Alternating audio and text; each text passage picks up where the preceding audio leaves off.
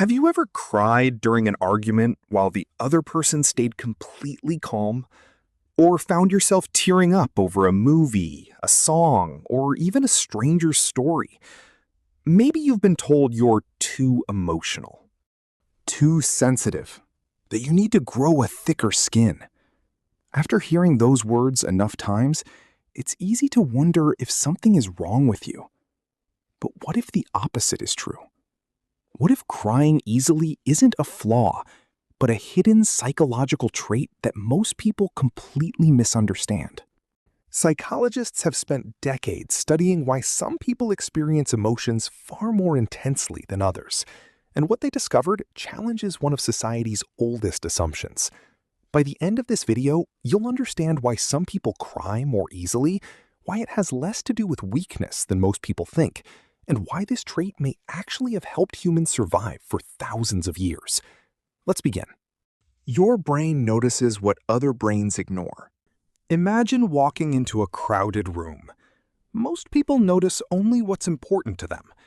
Your brain, however, may be doing something entirely different. It notices the tension between two coworkers, the sadness hidden behind someone's smile, the slight hesitation before a person answers a question, the loud music, the bright lights, the uncomfortable chair, the hundreds of tiny details everyone else filters out. Psychologists call this low latent inhibition, a tendency to filter less information from the environment than many other people do. For some individuals, this means their brains are constantly taking in more emotional and sensory information. That extra input can make experiences feel richer, but it can also become overwhelming.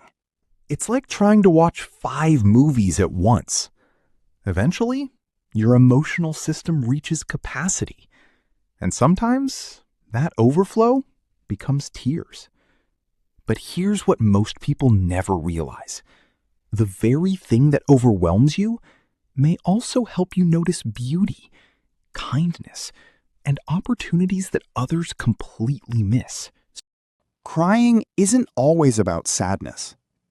This surprises many people.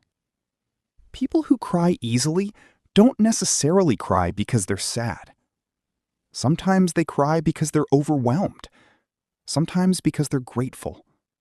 Sometimes because they're relieved. Sometimes because something feels deeply meaningful.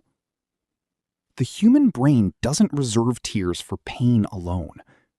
Strong emotions, whether joyful, heartbreaking, or awe-inspiring, can all activate similar emotional systems. That's why some people cry at weddings, graduations, family reunions, acts of kindness, or even while listening to beautiful music. The tears aren't saying, "I'm weak." They're saying, "This moment matters." Evolution may have needed people like this. Here's a fascinating question.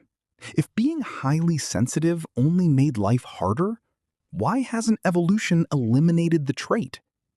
One influential idea among researchers is that sensitivity persisted because it offered advantages in certain environments.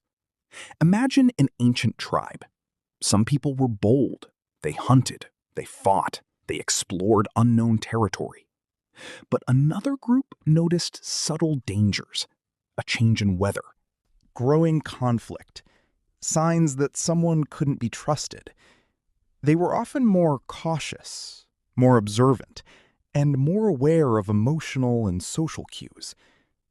Different personalities may have contributed in different ways. Without risk-takers, the tribe might never have expanded. Without careful observers, the tribe might never have survived. Perhaps that's why around 1 in 5 people still show high sensitivity today. Not because evolution made a mistake, but because every group benefits from different strengths. Crying easily doesn't automatically mean someone is fragile. It doesn't mean they're irrational, and it certainly doesn't mean they're broken. Sometimes, it simply means they experience the world with remarkable depth. Not everyone will understand that, and that's okay. Because once you understand yourself, You stop asking, why am I like this? And you begin asking a much better question. How can I use this strength wisely?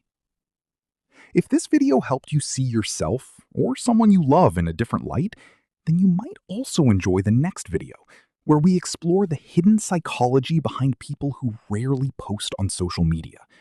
The connection between these two personality traits may surprise you.